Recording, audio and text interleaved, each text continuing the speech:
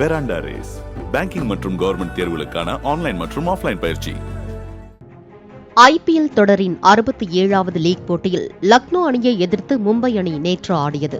இந்த போட்டியில் இளம் பந்துவீச்சாளர் அர்ஜுன் டெண்டுல்கர் களமிறக்கப்பட்டார். இந்த போட்டியில் 2வது ஓவரை வீச அழைக்கப்பட்டார். இந்த ஓவரில் 3 ரன்கள் மட்டுமே அர்ஜுன் விட்டுக் கொடுத்தார்.